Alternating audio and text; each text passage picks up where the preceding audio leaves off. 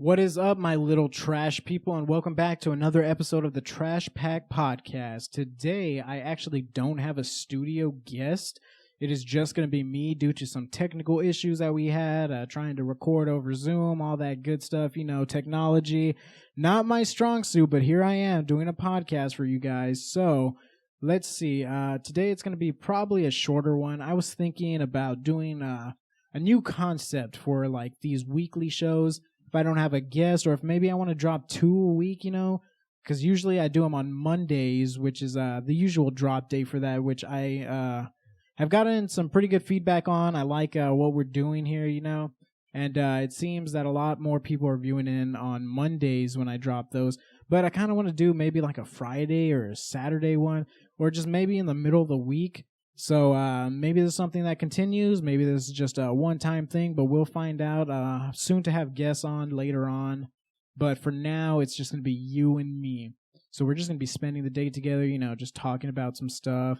I'm going to be in your ear all day. It's going to be like a little date type thing, Maybe we get some drinks, we hang out.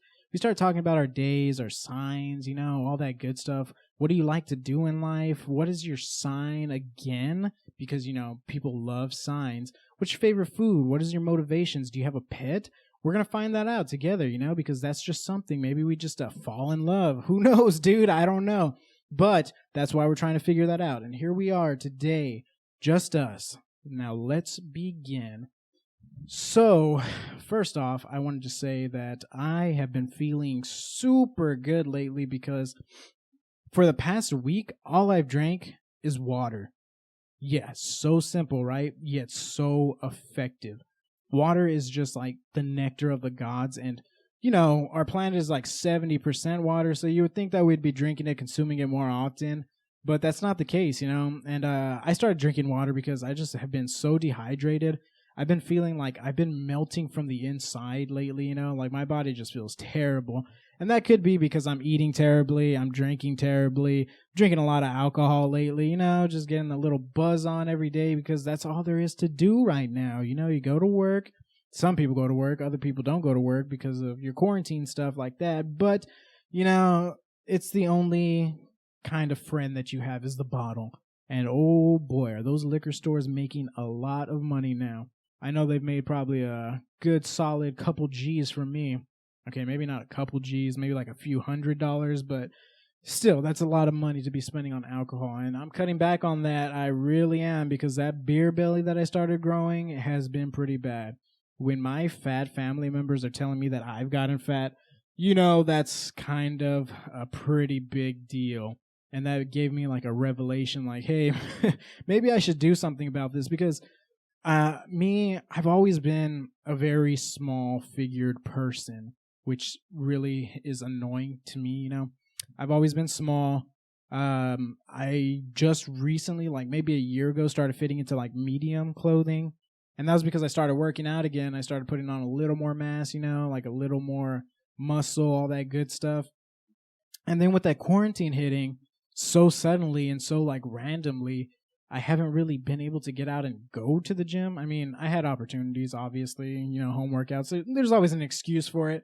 But I just really stepped away from it for a long time, and I used the quarantine as my excuse. I think a lot of people can also jump in that boat too, but some people make it happen, others haven't. But, I'm back on that train again, trying to get back into shape. But yeah, like I said, my family was calling me fat, and I was like, man, like I need to make a change.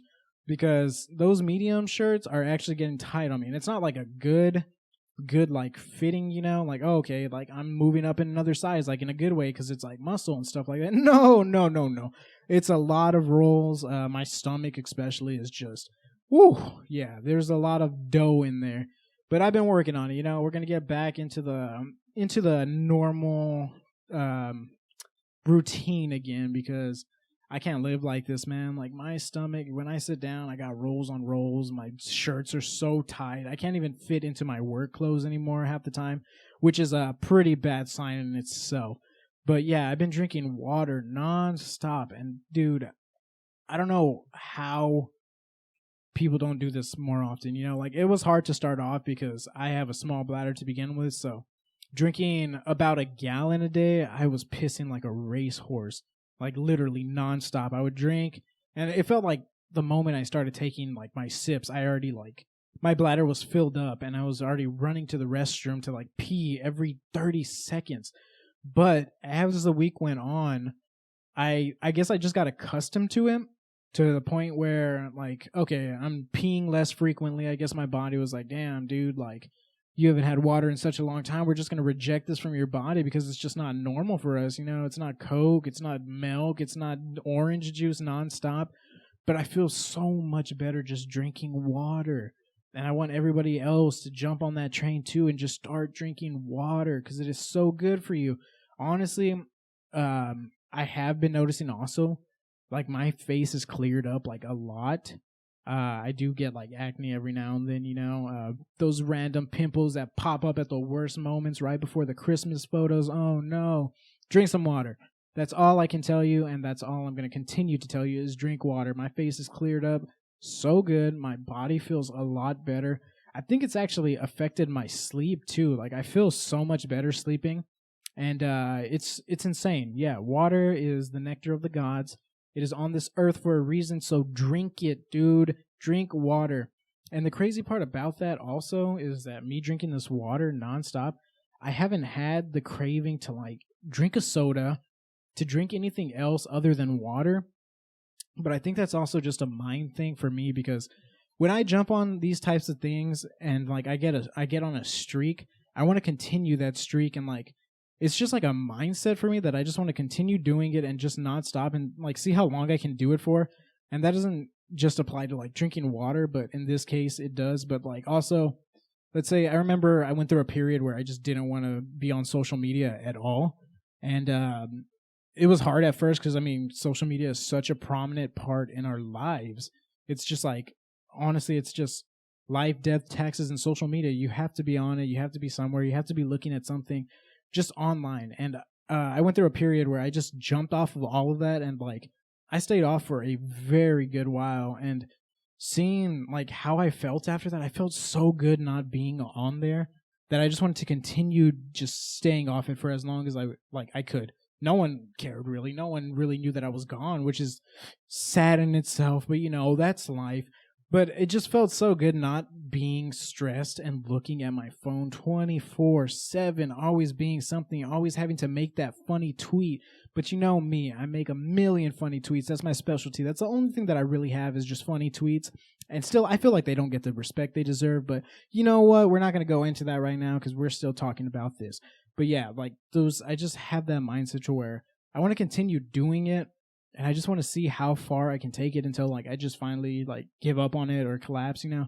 But with water, I'm trying to do this, like I'm trying to keep this a normal thing for me, because it is something that, like I said a million times already, it makes me feel good, and I want to continue doing that along with just like regaining my health, you know, because like I'm getting older, dude. Like I'm 24 already, and it just feels disgusting.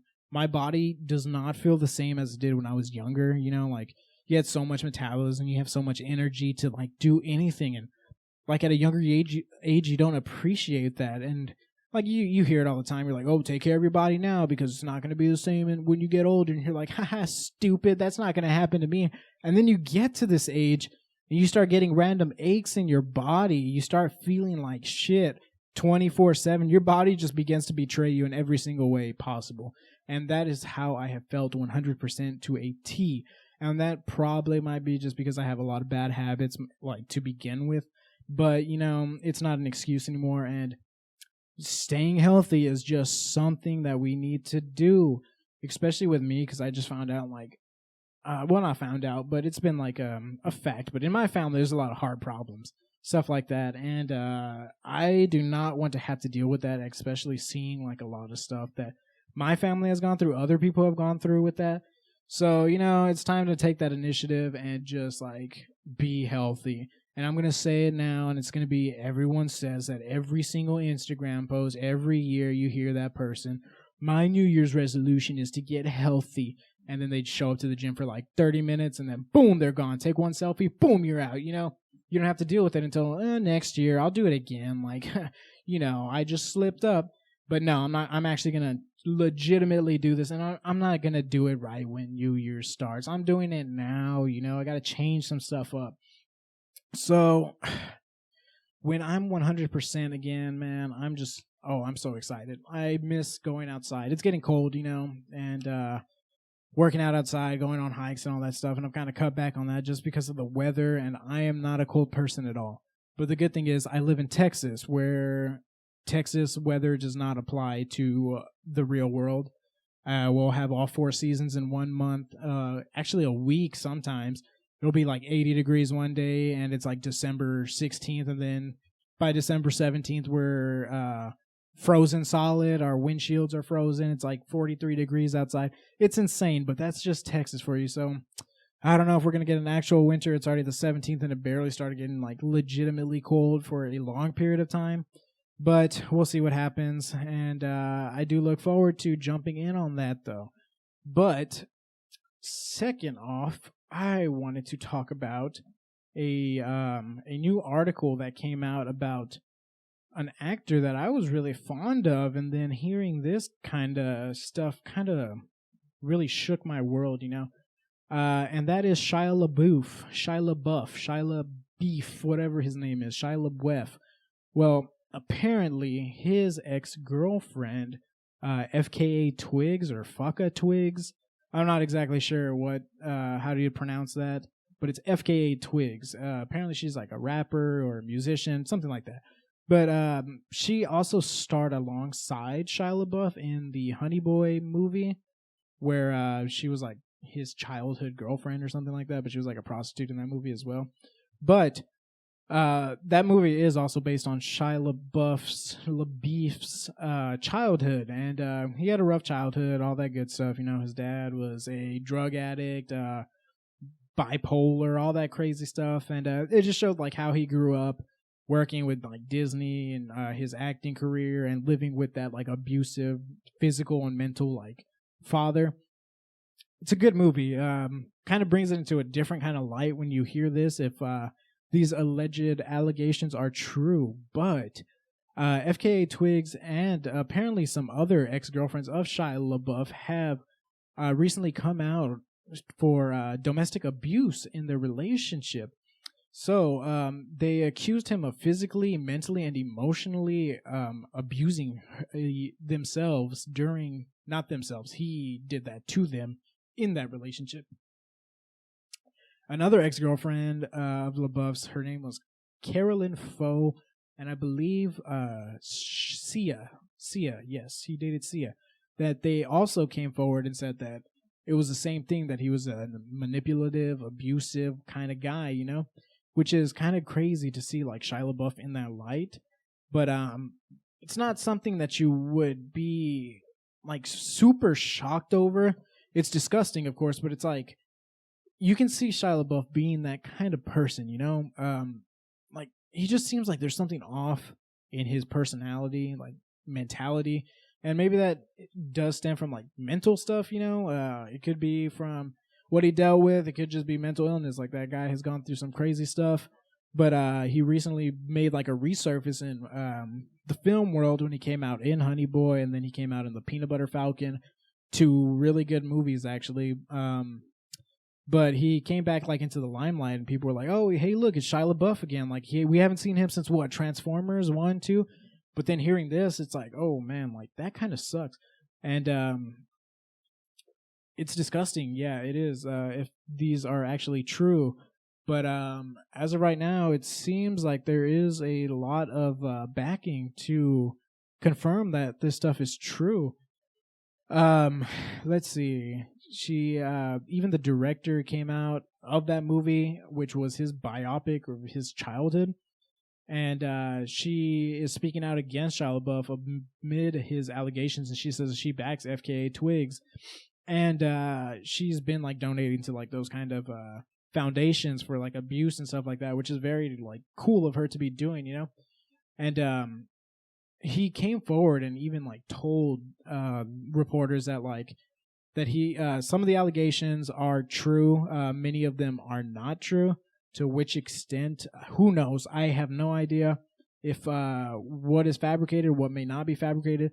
But it is pretty like heartbreaking to hear that this is the kind of dude that he is too, you know.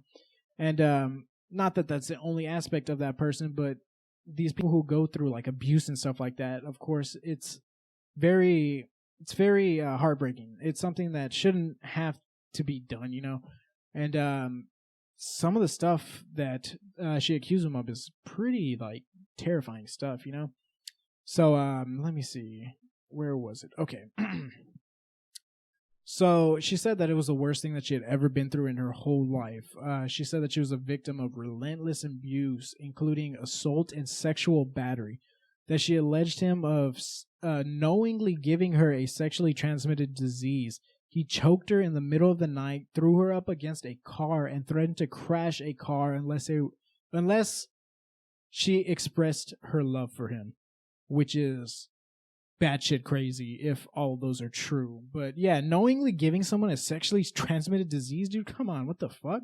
That is some pretty deep, dark shit, you know? And I really feel for FKA Twigs, this being what happened to her. Even Saya had said that he was a pathological liar in an adulterous relationship, which is crazy. And we'll see what happens, I guess, along the lines of this case going forward. But that would be some huge like news if those allegations come out to be true. But yeah, that is insane. Shia LaBeouf. What are you doing, dude? If come on, don't do that. Like, nobody do that. That is horrible. But it's good that she spoke out against like domestic abuse in relationships and stuff like that, because that is a giant prominent thing in today's society too. And it's just something that needs to be spoken out for. And it's good that this is setting like a template as well, like for people coming forward and just, you know, talking about their experience and just, you know, getting through with everybody and like getting that support and everything that you need, and not to be afraid of that. So that's a good thing. That's one good thing to come out of this. Not that it's a good thing that it happened, but, you know, for what it is, like getting that out there. So we'll see where that goes on. That is some crazy news. But if you do get the chance, you should watch Honey Boy and you should watch The Peanut Butter Falcon, because those are, but if this is true, don't do that. And boycott him. He sucks. But next up, there was another article regarding, I guess you can say, a celebrity, with Jake Paul. Yes, another instance of Jake Paul being a absolute piece of shit. But this time it is directed towards an MMA superstar in Conor McGregor. Yes, Conor McGregor. You know, these Paul brothers, as stupid as they are, they always come up in the news, and it is something that catches attention, which is exactly what it did, because I'm talking about it right now.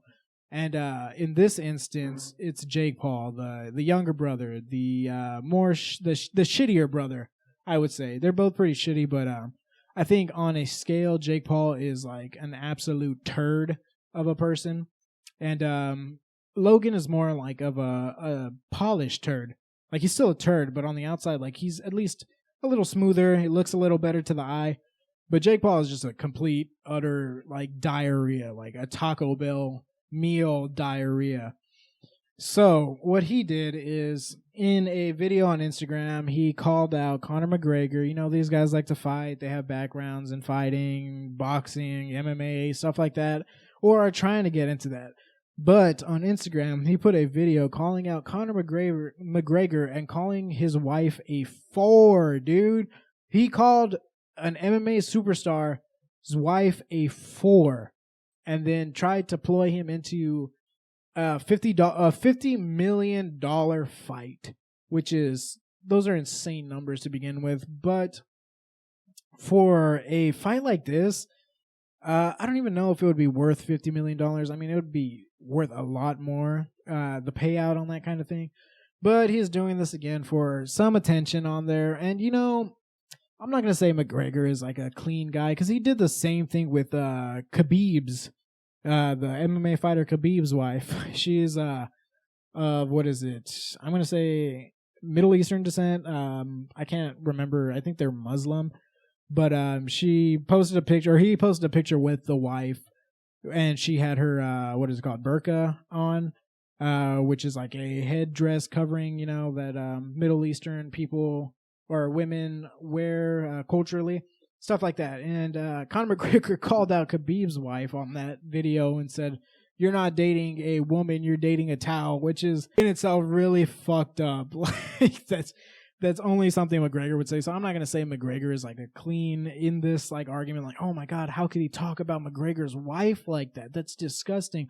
But like it's still pretty fucked up to go after like someone's wife, Go after the dude, not his wife. And like, maybe he's even in on this too. Maybe it's just a ploy to get views and bring people back into the ring, because obviously, as what I've talked about in my last podcast too, and we've just seen like a million times, there's so many exhibition matches now, like trying to draw eyes back to fight like boxing, because the boxing world, it seems like it's dying out, and like there's so many of these ploys to get like YouTubers to fight celebrities, or if you want to call them celebrities, like some of these people that they're fighting out there are just like gamers and YouTubers fighting each other for millions of dollars just to get like the younger audience back in there to like view boxing again, and just like, hey, get back into this world. And the only way to do that is if we give you people that and apparently it's been working, because these fights are getting millions of views and selling millions of tickets, and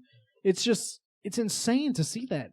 And it's kind of sad for the sport in itself, because I'm a big boxing fan, like the golden age, Manny Pacquiao, you got Floyd Mayweather. As much as I hate Floyd Mayweather, like he was something to watch, you got Golden Boy, all these good fighters, like all this like great stuff, and it's dying out. Like you don't see those views coming back in. So like I said, they're bringing out these ploys to get younger audiences into boxing, but it's just so like on the nose, and like it just seems very disrespectful to the sport to be doing this kind of stuff. But what can you do? It brings in money, and in the business world, that's all there is. If it brings in money, then it automatically is successful. But back to the topic. Jake Paul, yes, he unloaded on his Instagram video saying that she's a 4 mate and all this crazy stuff. And as of now, I don't think McGregor has responded to that. But he did. He said Paul also finished the video by telling him, "What the F is up, you Irish cunt?" Probably in that accent too, which is pretty insane. Like, if it isn't staged, you got to be pretty ballsy to like threaten Conor McGregor like that, And if you actually want to fight this guy, like, okay, dude, Jake Paul, like you fought YouTubers, yes, you've been training and stuff like that. Like that's impressive, yeah, good job. But this is an actual trained killer, essentially, man. Like, what is that?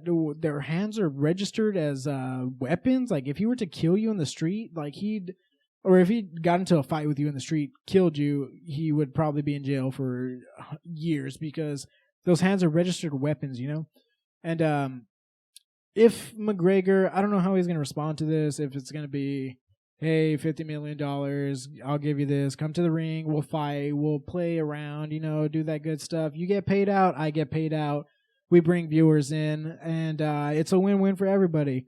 If it's a legit, like, bash at McGregor, you got to go in there, defend your wife, dude. That guy just called your wife, the mother of your children, out.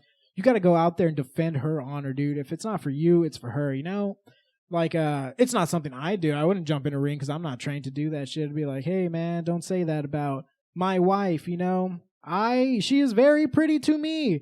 But in McGregor's sense, he's a fighter, dude. He can handle this. It's going to be absolutely nothing. And if he does take that fight, and like I said, with those views that you want to get those in, and what wouldn't draw you into watching this? Because I'd be honest with you, this is one of the, like, I'd be there in a heartbeat, mainly for the instance, because like when you watch these fights starring the Paul brothers, you go in wanting to see them get knocked out. Unless you're like a complete narcissist who like likes those douchey kind of guys, McGregor's pretty douchey too, but I mean, like to this extent, like this, it's a YouTuber that is just completely, there is nothing redeeming about this guy, And some people like that, Gabriel. But you want to go in there and you want to see a knockout. You want to see that guy get destroyed. You want to get him see him flattened on the ground. You know, like kind of like Nate Robinson did, except vice versa. Rest in peace, Nate Robinson. If you're still out there, man, we're praying for you. But you want to see that happen to someone like Jake Paul. That's what draws these people in. And I think, and it works, because I mean, look at me. Like, I'm telling you, if this were to happen, I'd want to see this live. I want to see every instance, every second of that fight, which it probably wouldn't even be a long fight. One round would be a miracle. But I think he wants McGregor to get into the ring in a boxing match, which McGregor, as we know, is an MMA fighter. But he's shown in his fight with Floyd Mayweather, he got some pretty good punches in on. He got some nice hits on him. His footwork looked pretty clean. The only thing with that was that his stamina was very bad. But fighting someone like Jake Paul in a ring, I think he could still probably lay a can of whoop ass on him.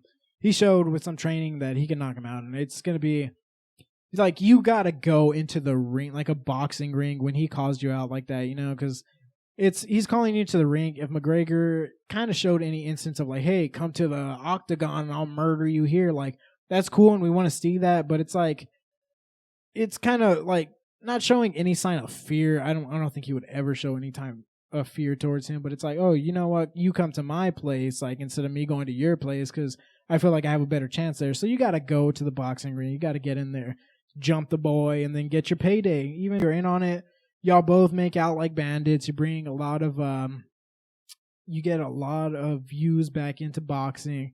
So, you know, it's a win-win for everybody. Still pretty fucked up, you know, like, you don't go after someone's wife like that. Come on, dude. Like, there's no redeeming quality about this man. He just continues and continues to just boast himself, and it's insane, because, like, you think he's going to get, like, his career is over after one terrible incident that he's done, and then it's like, okay, like, all right, he's moved on, then he does something else stupid, and it's like, okay, he moved on, and then he does, like, 10 more things stupid, and everybody's just like, okay, well, that's just what he does, you know, like, he's not going to learn from it, but, you know, maybe a good ass whooping from Conor McGregor would be something that is needed. I would like to see that. I'm pretty sure a lot of other people would pay to see that. So that's an interesting thing. We'll see where that goes. Next up, we have something that I watched live, and I don't know if anybody else watched, but probably the best NFL game ever. Okay, maybe not ever, but maybe for the year, it's a strong contender for the best game of the year. And I'm talking about last Monday's matchup between the Browns and the Ravens. Holy shit. That is a great football game. That was a magnificent football game.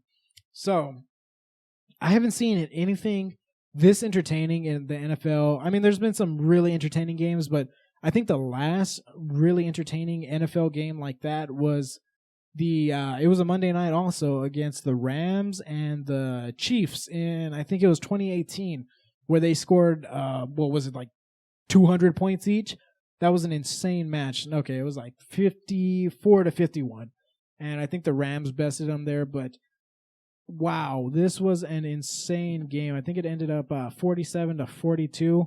But it's a little misleading, that last 5 points, because it was a super close game, like, to begin with the entire time. It was just back and forth, like, shooting at each other. Like, the ground game was firing on all cylinders for the Browns. The Baker Mayfield surprisingly played like an elite quarterback, and it was insane. Like, I guess he's been doing pretty decent throughout the entire year. We don't talk about the Browns at all, but they're over here sitting at 9-3, 9-4 now because of the loss. But they are a serious contender for the playoffs, and with that run game, they got Kareem Hunt and what's his name, Nick Chubb, and they are a two-headed backfield beast, man. These guys are like two 1,000-yard rushers on the team, and they are great. But the surprise was that Baker Mayfield was playing out of his mind, and I hate Baker Mayfield. Okay, I don't hate him.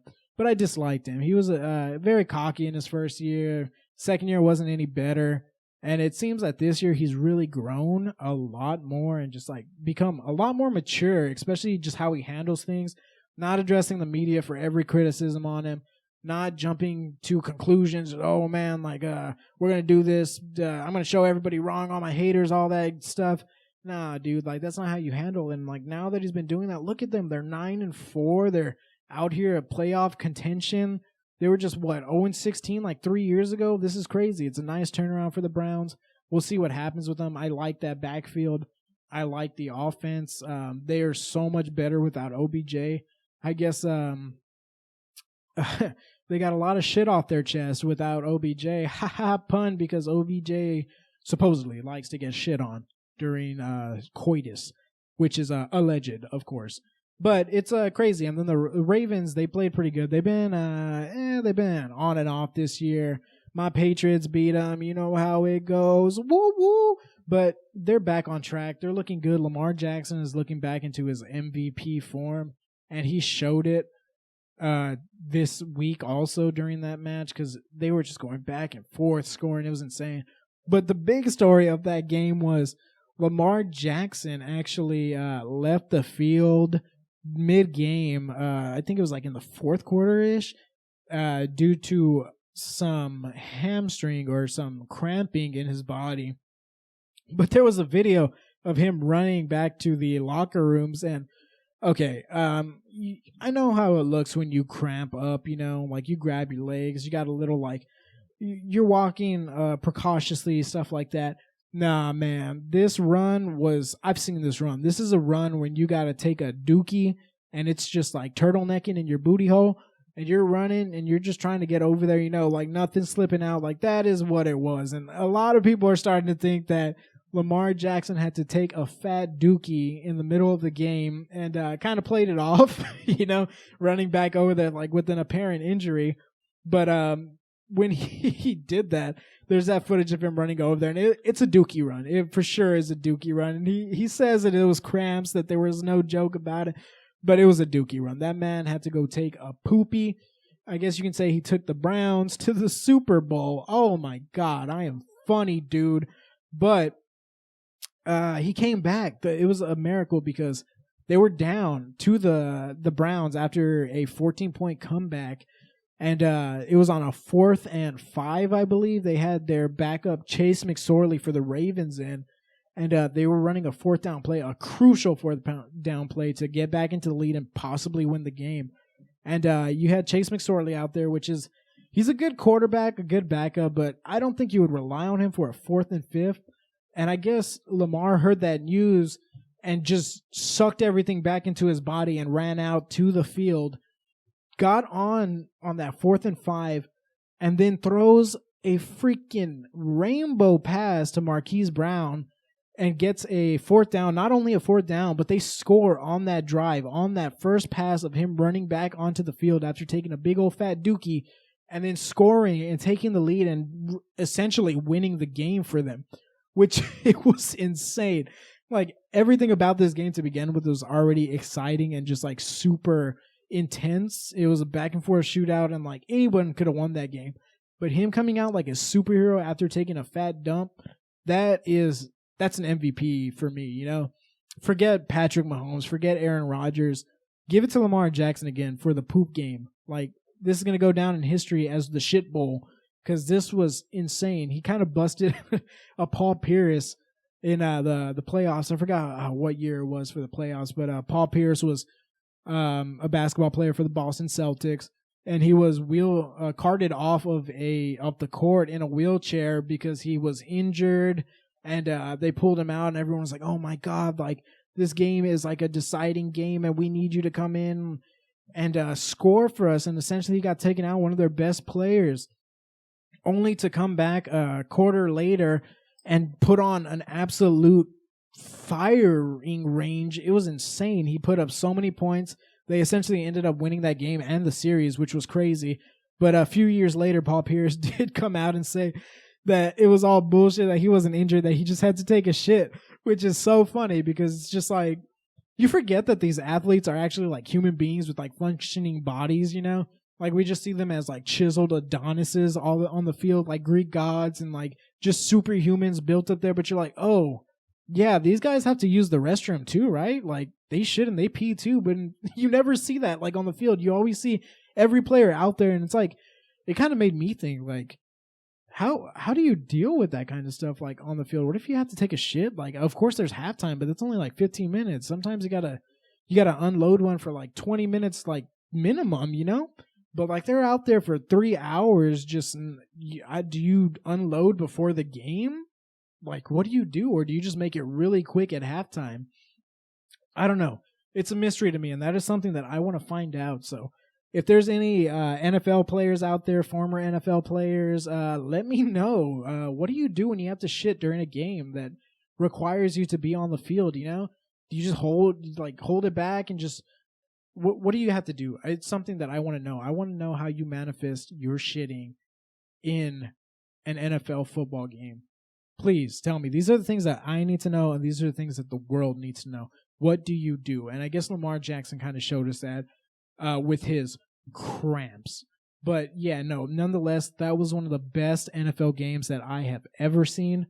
For sure, it's a game of the year this year so far, unless an absolute miracle happens in the next 3 games or the playoffs or maybe even the Super Bowl. But these last few Super Bowls have been, kind of boring, pretty entertaining, but we'll see what happens. That was a great game, and props to the Ravens for that. Even though I needed them to lose to give my Patriots a better chance at playoffs. But, I don't think it's going to happen this year. And it's really weird to say that, like, as a Patriots fan, for not a bandwagon Patriots fan, as everybody likes to say, and he's a Patriots bandwagon. Bro, I've been on the train since 2007 when I first started watching football again. I was raised a Houston Texans fan because my dad was a Houston fan for the longest time, even when they were the Houston Oilers, and he stuck with them for the all time. So I was just raised as a Texans fan. I didn't really know anything about it, but I was like, yeah, Texans, that's my team. And as I started watching football, I love the Texans. It's my second favorite team. But I started watching the Patriots, and I was like, man, this team is insane. Like, I love Tom Brady. I like what they're doing. Their roster, it's crazy. Even though I didn't know what a roster was or anything like that, I just like watching them score and win. And yeah, that stuck with me forever. I'm still a Patriots fan to this day. I'm sticking with Cam Newton. I like that guy. But we'll see what the future holds for this team. But it's so weird not having a guaranteed playoff spot. Like, we're so spoiled as Patriots fans. Like, it's just, okay, yeah, like, you're automatically going to be in the playoffs. Like, you have Tom Brady, you have Bill Belichick, you have 7-Eleven football players, like, people who are Night Stalkers and all that stuff, but Tom Brady just turns them into legends, So now it's weird that to actually, like, feel like a normal fan and have to strive to get into the playoffs and have fear of, what do you do now? Like, I need more wins. Like, how do we get into the playoffs? What is our chance? It's insane. And I feel like a normal person, and that's such a weird thing to say, right? It's like, oh man, like, you're so used to seeing your team win, like, boo-hoo.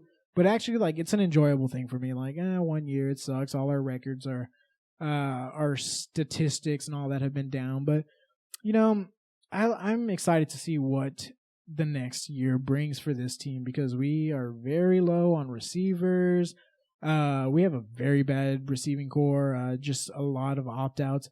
So it's a good team, and they're still somehow 6-7 right now, which is way better than I thought they would be, given how hard their schedule is also. But I digress. This is not a football podcast, but go Patriots. And yeah, so that was pretty crazy.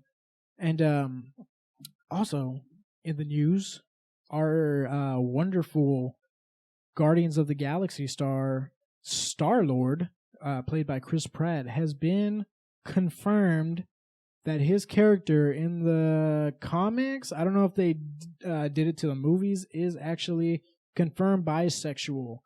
And that is random. I don't have an issue with it. It's just really out of the blue. They're just like, okay, yeah, Star-Lord is bisexual. And I think that has to do with, let's see. No, it's the comic. The comic, they made him bisexual. I don't know if he is the same in the movie or what his sexual orientation is. But that's got to be like a punishment for Chris Pratt and all his beliefs by Disney, because recently he's been under fire a lot. Like I really don't know why exactly. I guess it's he attended he attends a church that like funds anti-LGBTQ plus whatever, all like funds like anti stuff like that, and I guess it's just his association with like that church, and he's a conservative and stuff like that. That people just started to hate him. Not that he said anything bad about like anybody or just like anyone. It's just that he's associated with those organizations, which I think is crazy. Because I mean, if he was actually in people's faces about it or spewing hate like messages and stuff like that, then that's a whole nother like story, of course. But in this case, he's he's there, and I mean, like, being at that church doesn't really coordinate with like him having any hateful bias towards the LGBTQ community. I don't think association honestly makes you guilty 100% of the time. And I mean, it's like, yes, I understand. It's not a good thing to be associated with people like that, but I don't think as a whole that's his belief system. Maybe he has a little more conservative views, but I'm sure there's a lot of other actors that have views like that as well that don't spew hate. They understand it, but it just really seemed like they were attacking him unjustifiably. I get those mindsets and stuff are like not great, but he hasn't done anything that has like backed up any reason to like hate the man. Even his co-workers in his Marvel cast and all that have all like come out and said like, hey, he's a great guy. Like he's never said anything hateful. He's never been like a person that looks down on other people, that he's a great guy, and I feel like that's the kind of guy that he is too. Like he seems like he could have like a hot streak on him, like there's something about him that like he seems like he can be a mean guy at times, but nothing hateful, which is crazy. Like back on that topic, which is why I feel Disney probably threw that in there to confirm that his character is bisexual, as like a punishment to him. Like, hey man, people don't like you because of all the stuff you're associated with. So we're gonna throw in that you're out of nowhere bisexual, get that woke culture back on our tails, But it's a cool thing. I don't have any issues with it. It's just really out of the blue, and you got to think that that's something from Disney. Like, okay, we've heard all the stuff that people don't like you for, so we're gonna turn your character bisexual, like, ha ha, back on you, which is it's an interesting concept. Doesn't bother me too much. It's just Star-Lord. He's a comic book character, like it's just heavy-handed, I guess. Like it's out of the blue, and a lot of people don't like that change with like their own like comic book characters that they're familiar with and stuff like that don't already have that predestined, like pre-justifiable back arc or story like that. But nonetheless, it doesn't affect anybody really. It just seems like something Disney threw in there because of these whole allegations and all the hatred directed at Chris Pratt, which is just really weird to me. I think he's a cool guy. I don't think he's a fine actor. He's a funny guy. Liked him in Parks and Recreation. Love him in as Star-Lord. So we'll see what happens with that. I just thought that was a very interesting take to have. So in the comics, I mean not in the comic books, in the movie, he's still in love with Gamora. So we'll see what happens. Maybe he falls in love with Drax. Maybe they have like a 3-way relationship, like polyamorous, Like maybe they're all just in love. Him, Mantis, even Rocket can be thrown in there, cross-species stuff, but that's kind of disgusting because I think that would fall under the category of bestiality, which is probably not something great. But then again, if he's with Drax and Gamora, they're aliens, so that's like a different species too, right? Like, how would that work out? Are they just all like, can they all just throw themselves into like some kind of weird orgy and like is bisexual like species and stuff like that? I don't know. We'll find out in the next Guardians of the Galaxy, I'm sure. I think that's the one thing James Gunn is going to be pointing out to us as an audience. But I digress. We have hit a mark today, guys. And I think I'm going to cut it for y'all right there. And I think that was a pretty good, it's a short one. Like I said, it's our little trash pack quickie. And just getting you up to date on what's going on in this world, some stories, some my perspective on things. And, I really like doing this. I really like this podcast. I love this trash pack podcast. And I want you guys to be a big part of this as well. And the support has been fantastic. It's been overwhelming, honestly. I like the feedback. I would like more feedback on what y'all want to hear. What do you want to hear in a podcast? What do you like in a podcast? Ask me questions. I'll answer those for you. I really am fond of this. I like doing this, and I like bringing this out to you guys as well. So any feedback, any questions, anything that y'all want to tell me, have at it, dude. I will leave the handle in my bio over here. You can find me on Twitter at AndyG433 for my personal, or you can find me at the Trash Pack Media on Twitter for my Trash Pack page, the official podcast page. And it's fun, man. Like I like interacting with you guys. I like getting feedback. I just love it all. I love doing podcasts, and I hope you enjoy these too as much as I do. So once again, thank you for joining in today. This will be out on Monday. I'm actually recording on the 17th, so there's a lot of news that is going to be out on the next one, but we'll get to that when we get to that. First off, thank you very much. Secondly, subscribe, share this. I'm so glad that y'all are listening, and I love talking to you. So without further ado, everybody be safe, take it easy, and just enjoy yourself and enjoy your life. We will be back, and y'all have a great night. And now we're done.